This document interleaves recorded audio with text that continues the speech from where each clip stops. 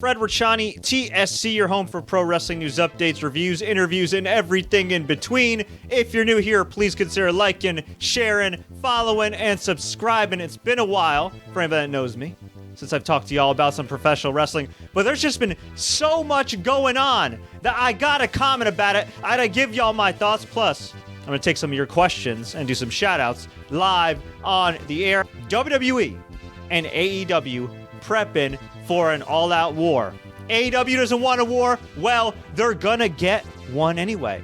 And I'll tell you why. Because according to PWIinsider.com's elite section, WWE NXT, which has been long rumored to go to Fox Sports 1, the sister station of Fox and Fox Sports, could be now going to the USA Network.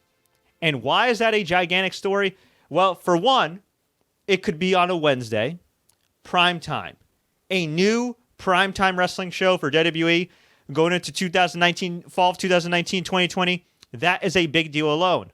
Why else is it a big deal? It's going to elevate the presence of NXT. No longer is it that cool brand that's on WWE Network and it's got a hardcore base that sells out some arenas but can't consistently pack in base-sized arenas. Oh, no. It's going to be on prime time.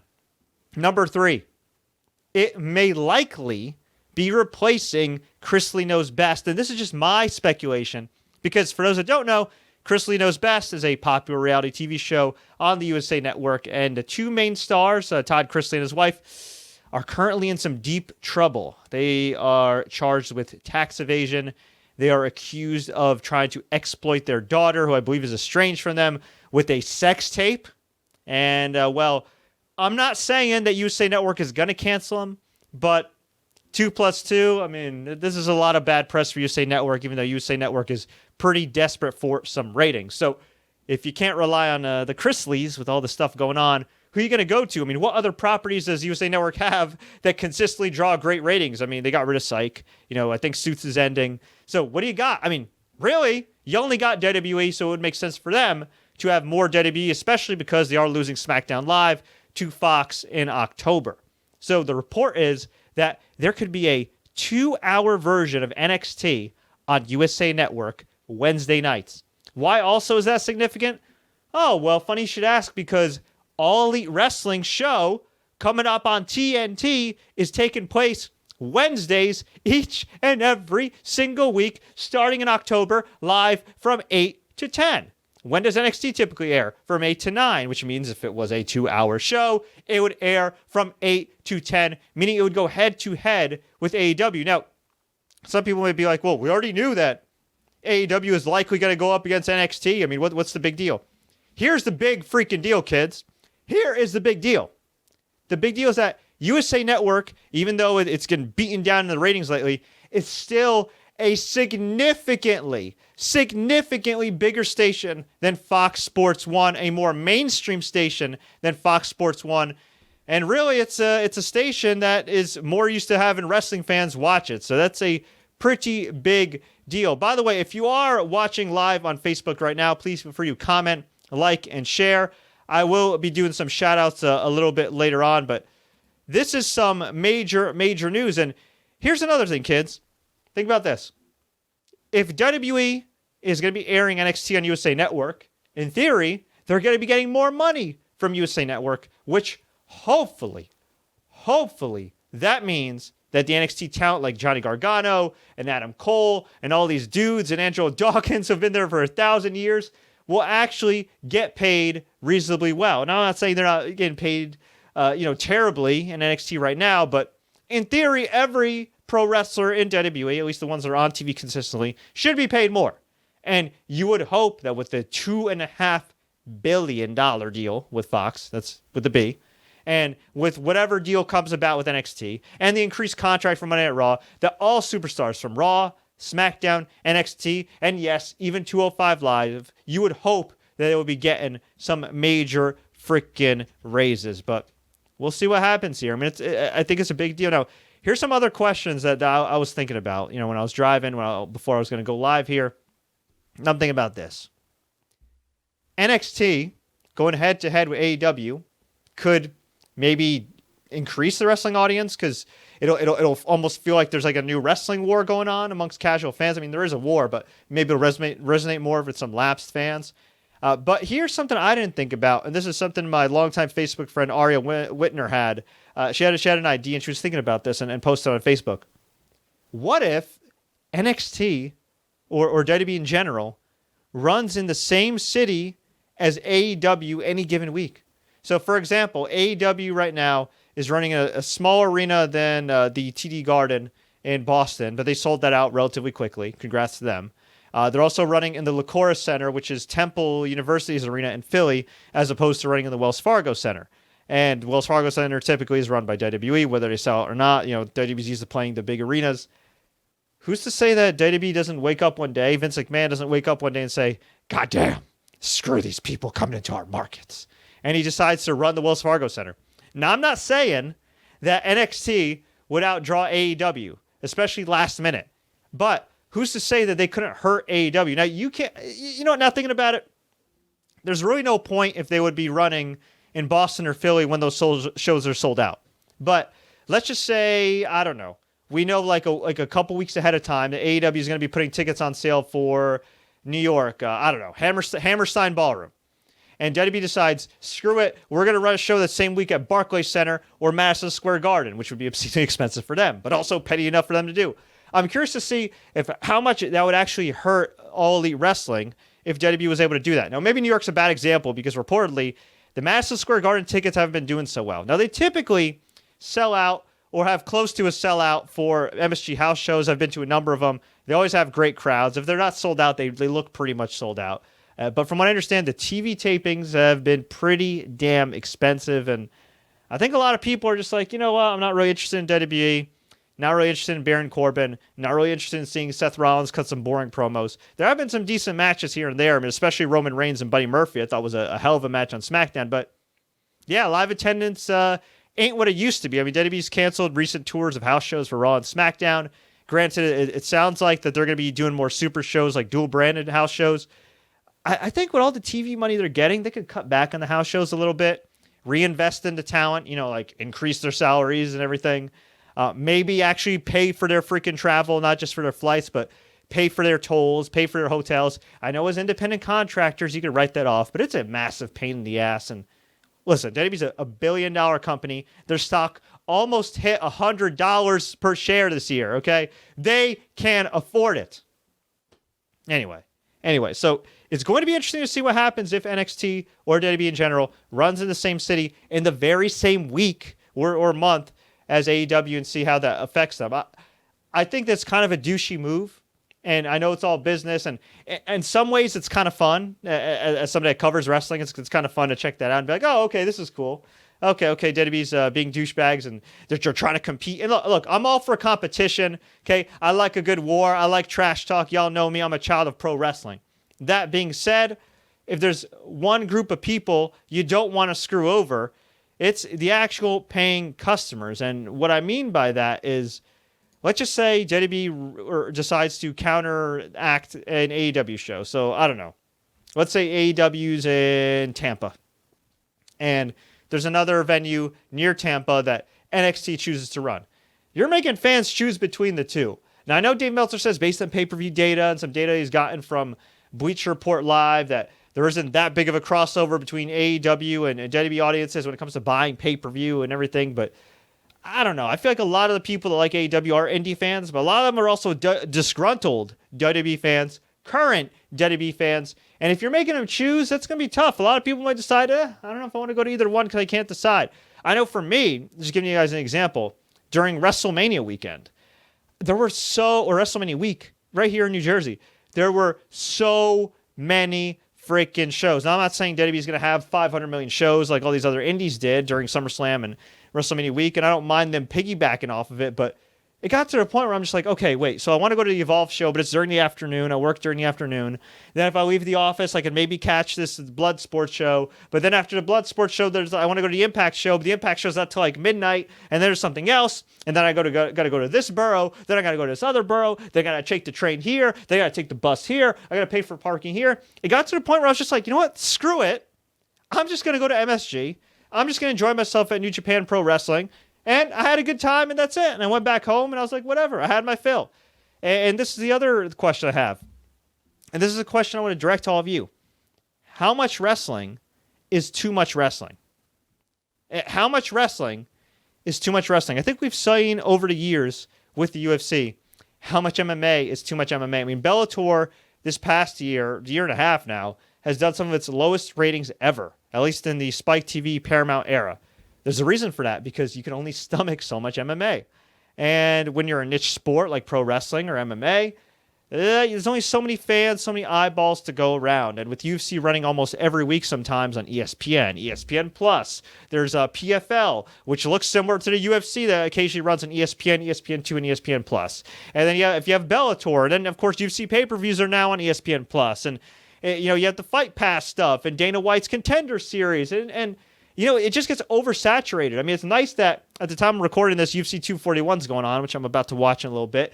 And, it's nice once in a blue moon when you get some real fights. Like Daniel Cormier versus Stipe Miocic is a real fight. Anthony Pettis, Nate Diaz. That's a real freaking fight. But then you got all these other random events that have really talented fighters, but not many with a huge marquee name. And over a while, they just kind of blend together. I used to be able to name every freaking UFC main event off the top of my head, and now for me, it's just like they blend together. I don't remember if it's UFC 230, UFC 215, UFC 16. It's just gotten so oversaturated. And I feel like WWE's already at the point where they're pretty damn oversaturated with the network, with everything. I mean, think about it.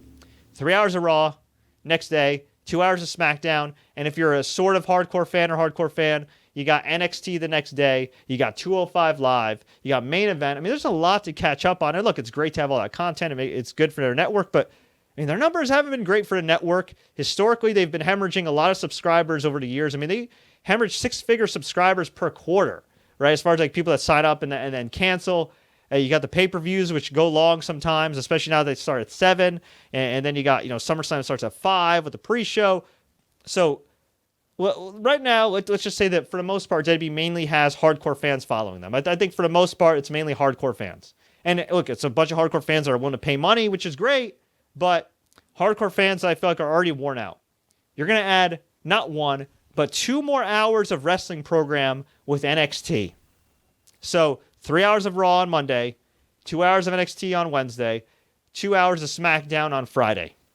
That is a lot to ask for, plus 3 to 4 hours of a pay-per-view, not including the pre-show. That is a hell of a lot to ask for any wrestling fan, let alone people like myself and like many of you watching that work full-time, that are full-time parents, that do their thing, that have families, that have other responsibilities. I think people are surprised here. Newsflash: adults have responsibilities, and it's tough to catch wrestling sometimes. And at the end of the day, time is of the essence. Time is money. Even if you can't get everybody to sign up for a network and pay with their money, you can get people to pay with their time. But there's only so much time people have in a day. And in some ways, this could negatively affect AEW. Now, AEW, I think, when it comes to pay-per-view, between All In, between Double or Nothing, between Fight for the Fallen and some of these other shows that they've had, I think overall from top to bottom, they've had better shows outside of their awful pre-shows. Jesus Christmas. Ugh. Outside of their awful pre-shows, as far as the actual pay-per-views, the portion that you pay for, I think top to bottom, they've been better than most recent WWE pay-per-views. I mean, there's been a few good pay-per-views here and there. Money in the Bank, I think, was relatively entertaining. I think TLC last year was really good. And don't get me wrong, WWE does have some great matches, and NXT takeovers are usually really good. I think this past one was a little bit weaker than usual, but still a great show overall. But yeah, I mean, that's asking a lot of a wrestling fan. So let's even take away NXT for a second. Let's just focus on what people have been perceiving as the main shows. It's still 5 hours of programming with Raw and with SmackDown. Now, keep in mind, it's rumored that WWE's going to make this announcement on Monday. So by the time you guys listen to this, it may already be a done deal with NXT to USA Network. So if we're thinking about that, and you think about like, okay, so 5 hours at least of first-run programming for WWE.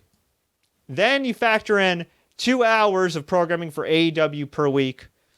That's like 7 hours right there. Factor in NXT, that's 9 hours. That is a whole lot to ask for. And you know what? This could also hurt other promotions. Because think about this. let's just say I'm a hardcore fan, but I only want to watch the main promotion. So I'll watch WWE and I'll watch AEW because it's a hot new thing and people are talking about it. Okay, whoops. Lost my headphones there. So, everybody's talking about, we're going to WWE because they want to talk about it. So, WWE, AEW, and then, all of a sudden, that ROH show you used to watch on Fight TV or on your local Sinclair affiliate, you might say, you know what? I don't really need it. Maybe you watch Impact on Pursuit. You're one of the 5 people that watch the Pursuit channel, or you watch it on Twitch, or you catch it on YouTube. You might say, I don't need to. Maybe you're one of the lucky few people on Fios, or you watch on YouTube the MLW show, Major League Wrestling, which is actually a pretty good show week to week. And you say, maybe I won't watch this because I won't have time. NWA, if and when they find a TV deal, or if they decide to put everything on YouTube or Twitch or whatever, there's only so many hours in a day. New Japan Pro Wrestling with Access TV. Granted, they also have New Japan World. But look, I'm a loyal subscriber to New Japan World. I'm really happy with the service. But considering that they don't have an actual app, I mean, they have a phone app, but they don't really have a Roku app in 2019, which boggles my mind. It's a pain in the ass sometimes for me to bring my laptop, plug it into the TV. Yes, you could go through your Xbox One and you could connect with the web browser and all that other stuff, but it's still kind of a pain in the ass, extra steps. And there's times where I'm just like, okay, I don't feel like setting this up. I'm just going to chill and do my thing. And now I'm at the point where I have a ton of G1 matches I got to catch up on. My point is, there are only so many hours in the day. So while it's exciting that, there's NXT on prime time and it's a great opportunity for the guys and girls there to raise their profiles, make more money, long term, look, AEW could help grow the wrestling audience with this war. Or, there's this whole deal with Vince McMahon and trying to counter-program anything could actually hurt the wrestling audience. We'll see. We'll see. Now, if AEW turns out to be a great product, and more often than not, I think it's been a great product, hey, I think they'll do fine for themselves. Do they need to beat NXT in the ratings? I think if NXT was going to be on FS1, I'd say yes. But considering it's going to be AEW on TNT, which is a top cable network, against USA Network, which was once a top cable network and still one of the more well-known cable networks, I don't think it hurts them if they lose. Now, it might hurt some of the perception. They might not be able to get some of the sponsors, say WWE can. But Tony Khan, Shad Khan, the Jacksonville Jaguars team, they're still pretty well connected. So I think they'll be fine. And I think the big thing here is they can't be too forced into an arms race. Because before you know it, you're going to be like Strikeforce. You're going to overpay for Fedor Emelianenko. You're going to be spending all this money for cast-offs left and right. And then before you know it, you're not going to be hitting a profit. And, you're going to be sold or go under or whatever, like happened to Strikeforce, happened to a few other TNA with Dixie Carter. There was only one year where I think they really broke even or had a profit. Now, I think AEW is going to be smarter than that. And the Khans have more money than the Carters did in TNA. And I'm pretty sure they have more money than the McMahons. But we'll see what happens. And you also got to think about this, too. What about the talent? What's going to happen here with all the talent that is currently unsigned? There's a lot of guys that I feel like WWE just signs and do nothing with. Keith Lee, great talent, huge athletic big man, fantastic worker, a little bit on the older side, but still fantastic worker. And they've done nothing with him for about a year. Donovan Dijak, he's been on TV. Donovan Dijakovic, whatever the hell his name is on NXT. Awesome talent, like Keith Lee. And he's younger than Keith Lee, but like Keith Lee, a big guy with phenomenal athleticism, have barely done anything with him. And I think he's actually been in NXT for almost 2 years now. It's freaking crazy. Freaking crazy. They've done nothing with this guy. Think about that. Keith Lee and Donovan Dijak should be on the main roster right now, just killing it with their matches, or at least on WWE main roster house shows. And instead, they're just kind of languishing in NXT right now. What's going to happen? Is WWE just going to keep scooping up people for the sake of putting them on ice? I feel like they're doing that with NXT UK, which not a lot of people watch, and they don't draw that well at NXT UK. I feel like they're doing that with 205 Live, which barely any people watch. It's crazy. It's crazy to think about. Another thing, and this is something that might sound a little paranoid. I know some people might disagree with me here. They might say, WWE's not that petty. They wouldn't be doing this. Well, I do genuinely believe that Vince McMahon will go to any length to hurt a competitor. And when it comes to AEW, especially in his advanced age, don't be surprised if Vince McMahon uses his good friend, Donald Trump, to have some chicanery, have some tomfoolery. What I mean by this is, this. Neville, a.k.a. Pac, was signed to compete for AEW. He was supposed to wrestle Hangman Adam Page. He wasn't able to wrestle Hangman Adam Page. And rumor has it was due to a creative issue because he was the Dragon Gate champion in Japan. And Dragon Gate didn't want him to lose in the U.S. and blah, blah, blah. And creative differences and all this stuff. I think that's kind of a front for what's really going on, which is visa issues. Now, Neville's an interesting case because he abruptly left WWE. He didn't leave on good terms, and he had a work visa through them. And because he had the work visa through them, it probably hurts his case to get another visa. But would I really put it past Vince McMahon or Linda McMahon to call their good friend Donald Trump or somebody connected to Donald Trump and say, you know what, hey, you know how we have this competitor and they have this visa they're waiting on for these Japanese wrestlers or these Mexican wrestlers? Yeah, you might want to delay that. Here's a couple $1 million for your campaign. I would not be surprised. I would not put that past Vince McMahon or Linda McMahon or any of the McMahons. I would not. I mean, seriously. Stranger things have happened in 2019 and the world in general with this administration. I would not be surprised whatsoever. So if you're Tony Khan, if you're Cody Rhodes, if you're the Bucks, if you're Kenny Omega, y'all got to be prepared. Y'all got to be prepared for just about anything. I remember seeing Kenny Omega complain about the fact that WWE put Evolve on the WWE Network, going head-to-head with Fight for the Fallen, and he thought it was classist because Fight for the Fallen's raising money for gun violence victims. And look, I'm with you, Kenny. It was a douche move. But at the end of the freaking day, that's who Vince McMahon is. He does not give a crap. He only cares about the almighty dollar, the bloody dollar, and being on top. He does not give a damn. It doesn't matter how much money he has. It doesn't matter that he's had a stranglehold on this industry for the better part of 3 decades. It does not matter. He will not stop until he freaking wins. So, look, AEW, good luck. Keep doing what you're doing, but just be careful when it comes to falling into these traps. And hey, if I'm them, originally I was a little apprehensive about them calling out WWE and dissing WWE, but you know what? Clearly the base is eating it up. Clearly the base that's selling out these arenas for them is eating it up. So keep it going, but just know that when you keep baiting Vince McMahon like that, at times, it comes at a price. Now, as for the XFL, that's going to be interesting because in 2020, the XFL restarts, and that was my cat making some noise there. Way to go, Chippy. So the XFL is restarting in 2020, and it's going to be interesting to see if Vince McMahon is really going to give up any control in WWE. Now, he hired Paul Heyman as executive director for Raw, and it seems like there's some Heyman influence on Raw, for better or worse. And I think for the most part, it's been a little more interesting, but also kind of cringe with some of the Roman Reigns stuff. Then you have SmackDown, where Vince McMahon has reportedly been rewriting shows left and right, while Eric Bischoff was supposed to have creative control. So much for that.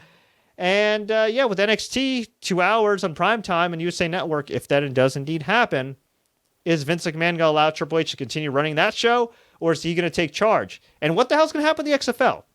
It's Vince McMahon. I know he hired Oliver Luck as the commissioner to run and do all the football operations, but knowing Vince McMahon, he's going to want to get involved, especially if ratings aren't good. So, we could definitely see some changing of the guard in the next couple of years. Just something for all of y'all to think about. Before we go, I want to definitely answer some questions here and take some shout-outs. Fred, what do you think about NXT UK TakeOver taking place the same night as All Out on August 31st? I think it's kind of silly on WWE's part to have NXT UK TakeOver on the same night because the reality is it's actually taking place a few hours earlier. It's NXT TakeOver UK. I don't think there's much of a crossover. The reality is not a lot of people watch NXT UK. Let's just keep it real. So I don't think it's going to hurt All Out one iota. It's kind of silly. I mean, this almost seems like kind of soft counter-programming. Same thing with Evolve. I don't take it that seriously. Okay. What do you think about Bret Hart appearing in WWE and AEW in recent months? Sorry, I had to drink some water there. Good question. I think Bret Hart is the man. And Bret Hart gives no Fs. And he's at the age where he doesn't need the money. He doesn't need to kiss anybody's ass. He just wants to do what he wants. And I can respect that. And I hope that all of us can one day achieve that level of badassery that Bret Hart has where he can just go back and forth, do whatever the hell he wants, talk crap about Triple H, and take a paycheck anyway. I like that. All right. What do you have planned for the fall in terms of wrestling? Well, I was thinking about going to MSG shows for WWE. I'm kind of having second thoughts now because, the ticket prices are a little high and everything, and the media department hasn't gotten back to me, although typically I buy my own tickets anyway. I'll probably do some ROH show if they're going to be running in New York the rest of the year. I missed their last show in New York because I was on vacation somewhere. So I don't know. I might try with ROH, although, man, it's been rough for ROH in terms of attendance, in terms of, the product. From what I understand, like some of their matches have actually been really good. A lot of the ROH TV main events and stuff, but it's Matt Taven as your world champion. He's not as boring as Baron Corbin, but he's in that Baron Corbin category. I mean, I'm sure he's a cool guy in real life. He's actually not a bad worker at all, but it's Matt Taven. You guys got Alex Shelley. You got some good young talent there, and you have Marty Scurll still before he leaves, and you give the world title to Matt Taven. Yeah, I'm not surprised ROH ain't doing well, but they usually have pretty good live shows, so I'll probably try to make it to an ROH show, and maybe some indies. Dean Ambrose is actually going to be wrestling Josh Barnett later this month in a no ropes, no holds barred match, which sounds awesome. I don't go to Atlantic City all the time as much as I used to when I used to cover fights there a lot, but maybe I'll make my way down. We'll see what happens here. Okay, what do you think about Clash of Champions? Well, we don't really have a card yet. If it's going to be Seth Rollins versus Braun Strowman for the Universal title, I think Braun Strowman should win. I think they're going to have him lose. But he's past the point where he needs the title. I mean, he really should have gotten the title already. All right, these series of questions come from my friend Deb Brigade. What do you think? When do you think Nia Jax is coming back? Probably not till next year because she tore not one but 2 ACLs. That's going to take a while. She should take her time. Do you predict Sasha Banks getting the gold? She should, yeah. If somebody's going to dethrone Becky Lynch since WrestleMania, it should be Sasha Banks. Hopefully, Sasha Banks will actually have a successful title defense. That's what I really care about. Do you believe Shawn Michaels knew about the Montreal Screwjob? Yeah, he did. He actually admitted it on WWE Confidential back in 2002. And he talked openly about it on a DVD program with Bret Hart where Jim Ross was actually in the middle holding court with them. I think it was like 2008, 2009. It came out a while back, but it was one of the best DVDs WWE ever did. You could probably find it online, and it might even be on the network. What are your favorite indie promotions? That's a great question. I really don't go to a whole lot of indies like I used to. I would recommend, and I'm sure they still have great shows, WrestlePro. I haven't been there in a long time, but a lot of my friends compete there. My good friend Leon St. Giovanni competes at WrestlePro. They're actually running in Alaska in a little while. They've been running in Alaska the last few months, and they do shows all the time in New Jersey, in the Rahway area, North Jersey area. They've run in Queens as well and some other parts of New York City and the 5 boroughs. Strongly recommend WrestlePro. Pat Buck, who recently got signed as a WWE producer, was the promoter of WrestlePro. I think I'm sure he's still involved because I think he technically owns the promotion. One of the unsung heroes of indie wrestling. He's a guy that's mentored a lot of young cats. He has the Creative Pro Wrestler School with Kurt Hawkins. They put out a lot of great talents, including MJF, Maxwell J. Friedman, who's currently with AEW and with MLW. Really great talent. Kid's only in his early 20s, and he's a phenomenal talker and really good in the ring. So, awesome trainer, good worker, and they've been drawing crowds consistently well for years. Even back when they were known as Pro Wrestling Syndicate, before they had that split with the previous business partner they had. I mean, they've been drawing really well for years in the New York, New Jersey area. There are always fun shows. My only complaint with, I don't want to say them, it's more like wrestling shows in general, especially the independents. I feel like some shows are too long. I've always talked about this with Dutch Mantel, who's a good friend of mine and one of my mentors in the business. The perfect length of a wrestling show is usually like 90 minutes on TV. If you want to do 2 hours, 2.5 hours, like NXT TakeOver, I think is a good example of like a decently timed wrestling show. But some indie shows, man, they go really long. WrestlePro, I wouldn't put them in that category. They're pretty fun and they go by pretty fast. But there's been some other indies, I can't even think off the top of my head. Some of them are probably defunct now that I'd go and it's like 4 or 5 hours, almost 6 hours by the time you finish the main event. Then you got to drive home. It's a pain in the ass. Like, listen, indies, okay? A lot of these people are sampling your product for the very first time. Give them something that they can digest. Don't make it drag on. Don't wear out your welcome. 2 hours max, maybe 2.5. If you have a really strong main event with some marquee names, maybe 3, but I think 2 hours, 2.5 hours max is good for an indie show. But WrestlePro, definitely my favorite promotion in this area. As far as any other indie promotions, honestly, I don't watch enough. I'm sorry. I haven't lately. It's just tough on my schedule. I watch a lot of WWE. I watch a ton of New Japan Pro Wrestling. Obviously, I watch AEW whenever they run, and I'll be watching their TV show. But yeah, if you're in the New York area, definitely WrestlePro. If you're able to watch them online, definitely WrestlePro is one I would recommend. Evolve, although Evolve's not really an independent promotion anymore. I mean, they're kind of affiliated with WWE now. When are you going to interview Scott Hall? Whenever Scott Hall answers my email. So that's the same case with any of the other wrestlers I hit up. So, yeah, as far as any other topics right here, Edge says that he may come back to the ring. He is quoted here in an interview where he said, to be perfectly honest, I think I could do a match tomorrow. I might be blown up. I'd be okay. It's just from what I know with WWE medical staff, they won't allow it. It is what it is, right? I did have a doctor tell me he thinks that they'll be able to get my neck relatively healthy within 5 years. And then there's stem cells, which I'm also looking into. Just from the stuff I've experienced in the last 8 years and things I've done physically, it's like I could pull this one off. I'm not saying I could pull a year's worth. That is very, very interesting. Now, if you look at Edge, though, I mean, the guy looks phenomenal. The dude's what, 41, 42? I mean, let's see. Adam, Edge, Copeland. How old is this guy right here? Edge is currently, he's 45? Oh my God, I'm old. Edge is 45. Wow. Where the hell does freaking time go? Well, Edge looks phenomenal for his age, for any age, really. I mean, he looks jacked as hell, and he looks good. He's got a great physique. He's obviously had a bulk up for his role in Vikings, which is a great show y'all can watch on Amazon Prime and the History Channel in the U.S. and Canada. Yeah, he's fantastic. He looks great, and he was a great pro wrestler. And look, at the SummerSlam kickoff, he did spear Elias. Spear, which involves, using your neck. So you never know. I mean, look, Saudi Arabia is paying WWE a lot of money for big stars.